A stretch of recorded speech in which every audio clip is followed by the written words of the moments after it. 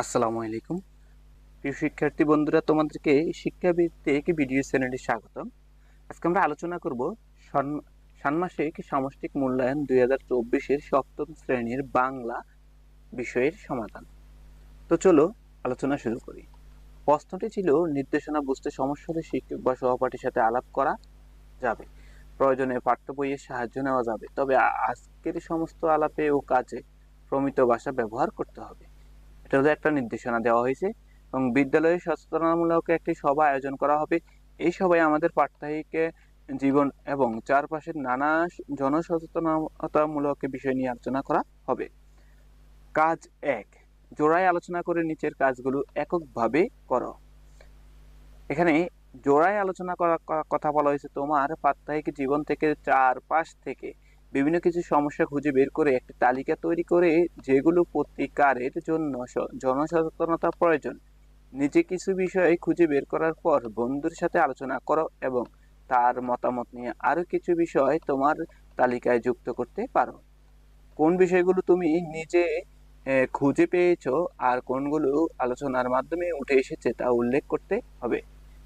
তো আমার খুঁজে পাওয়া সমস্যা এবং আমার বন্ধুর খুঁজে পাওয়া সমস্যার উত্তরগুলো আমি নিজে তুলে ধরেছি।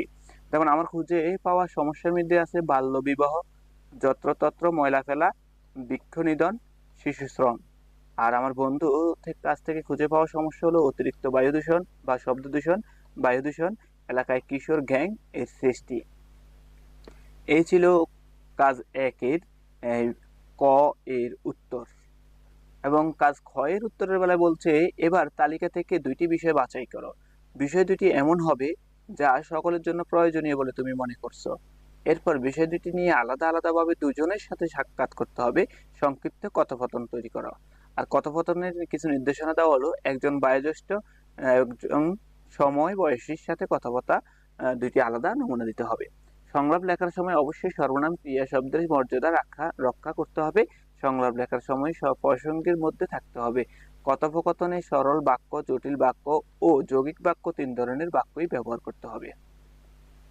কথোপকথনের নির্দেশনা নিয়ে জোড়ায় আলোচনা করা যাবে এবং জোড়ায় আলোচনা থেকে নতুন কি কি ধারণা উঠে এসেছে তা কথোপকথন লেখার আগে আলাদাভাবে সংক্ষেপে তুলে ধরতে হবে। কথোপকথনের বিষয়বস্তু হুবহু এক হওয়া যাবে না। তো আমরা প্রথম বিষয়টি নিচ্ছি শিশু শ্রম, যেখানে বয়োজ্যেষ্ঠদের সাথে কথোপকথন বলা হয়েছে। চাচা, আমি এবং চাচা, বয়োজ্যেষ্ঠ এখানে চাচা, আমি। চাচা, আপনি কি জানেন শিশু শ্রম আমাদের সমাজে কতটা ক্ষতিকর প্রভাব ফেলে?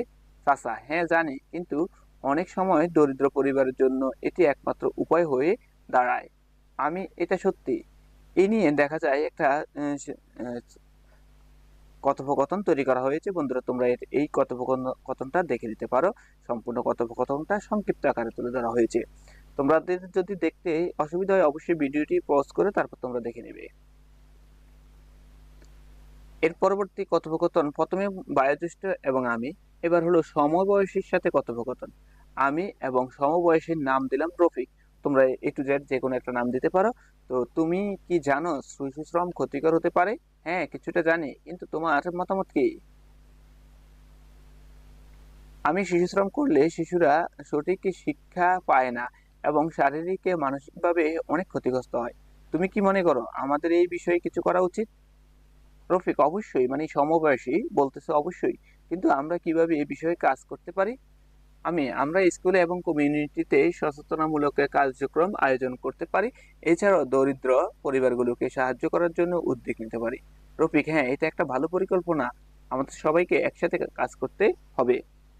এ ছিল আমাদের প্রথম শ্রমের 2জন টপিকে তুলে ধরেছি। এবার হলো দ্বিতীয় টপিকটা হলো বাল্যবিবাহ এবং বয়োজ্যেষ্ঠদের সাথে কথোপকথন।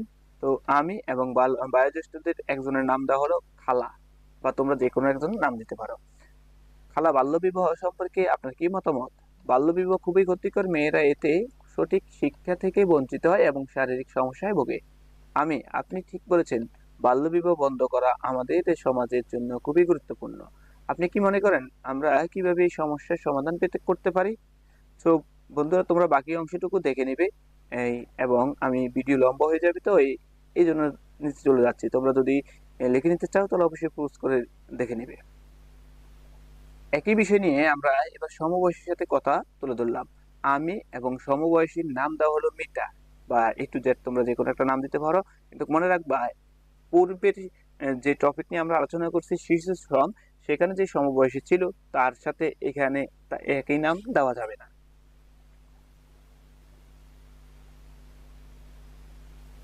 এবার ঘয়ের ভিতরে বলা হয়েছে কথোপকথনে ব্যবহৃত 3 ধরনের বাক্যের একটি করে নমুনা দেখাও, যা এরকম একটি চককে খাতায় এঁকে নাও।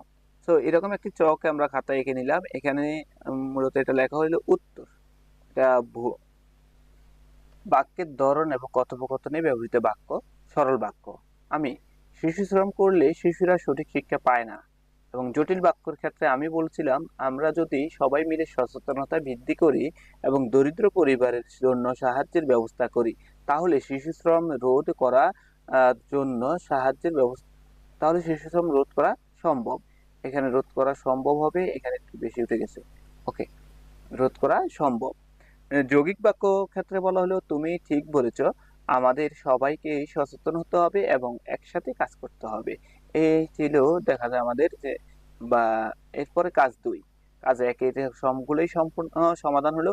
কাজ 2 ক নম্বরে বলেছে, যে দুইটি বিষয় বা ঘটনা তুমি আলাদা করেছো, সেই দুইটি বিষয় বা ঘটনা কেন অন্যদের জন্য দরকারি বা অন্যদের উপকারে আসতে পারে 150 শব্দের মধ্যে লেখো।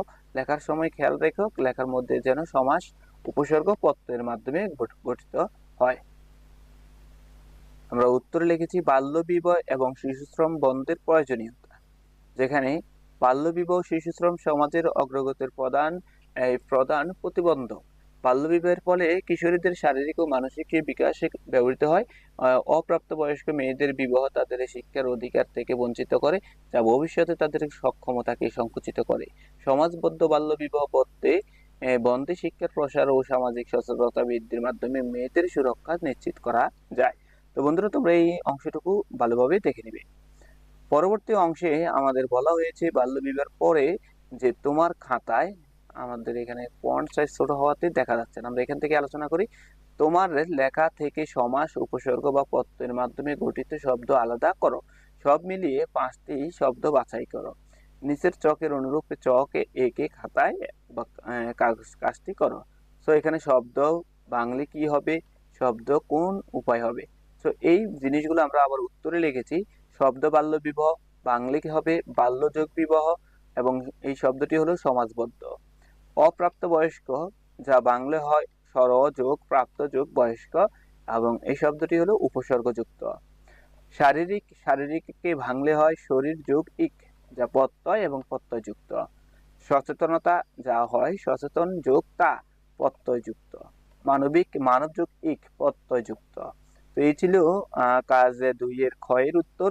এবং কাজ 3 এর 2 এর ঘ এর উত্তরে বলা হয়েছে তোমার লেখা থেকে 2টি শব্দ বাছাই করো। শব্দ দুটির একটি করে মুখ্য অর্থ এবং একটি করে গৌণ অর্থ লেখো। এটা আমাদের এই প্রশ্নে যে চক ছিল সেই চক, এবং এই চকের উত্তর আমরা এখানে তুলে ধরেছি। যে উত্তর হলো মূল শব্দ এবং মুখ্য অর্থ, গৌণ অর্থ। তো মূল শব্দ হলো আর্থিক, মুখ্য অর্থ হলো অর্থ বা টাকা সম্পর্কিত বিষয়, এবং গৌণ অর্থ হলো কোনো কিছুতেই অর্থ বা মূল্যবোধের উপস্থিতি। আর মূল শব্দ হলো প্রান্তিক। আর মুখ্য অর্থ হলো কিছুর শেষ প্রান্ত বা সীমানা। গৌণ অর্থ হলো সমাজের বা অর্থনীতির দরিদ্র বা পিছিয়ে পড়া অংশ।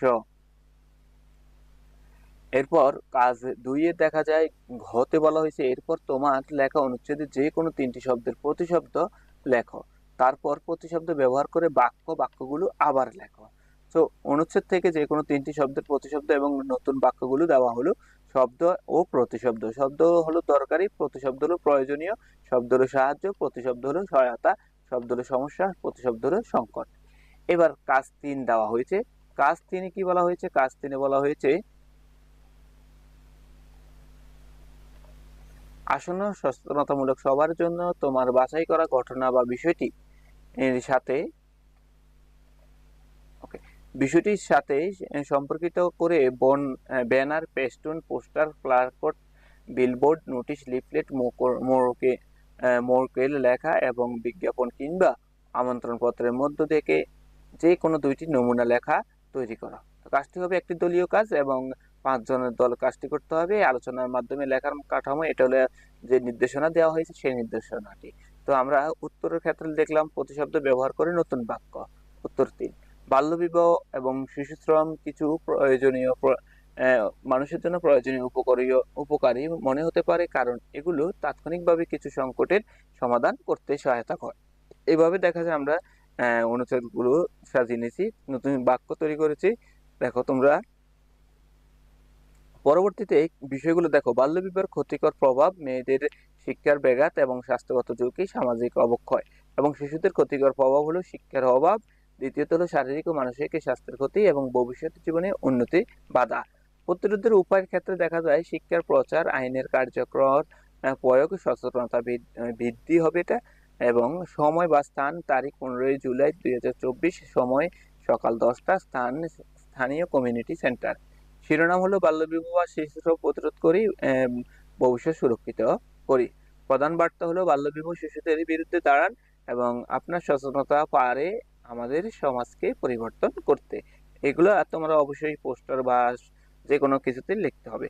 ছোট বার্তার ক্ষেত্রে বাল্যবিবাহ মেয়েদের অধিকার কেড়ে নেওয়া হয়, শিক্ষার আলো থেকে বঞ্চিত হয়, স্বাস্থ্য ঝুঁকি বাড়ে, শিশুশ্রম, শিক্ষার সুযোগ কমে যায়, শিশুরা শারীরিক ও মানসিকভাবে ক্ষতিগ্রস্ত হয়, ভবিষ্যতেও অন্ধকার হয়ে যায়, প্রতিরোধের উপায় এবং শিক্ষার প্রসার, আইনের সচেতনতা, সামাজিক সচেতনতা বৃদ্ধি, যোগাযোগ ইত্যাদি। তো এই ছিল আজকের 7ম শ্রেণীর প্রশ্নের সমাধান। পরবর্তীতে অন্যান্য বিষয় নিয়ে আসবো। সে পর্যন্ত সকলেই ভালো থাকবে এবং শিক্ষার্থীরা তোমরা যদি উপকার পেয়ে থাকো তাহলে অবশ্যই চ্যানেলটি সাবস্ক্রাইব করে দিও।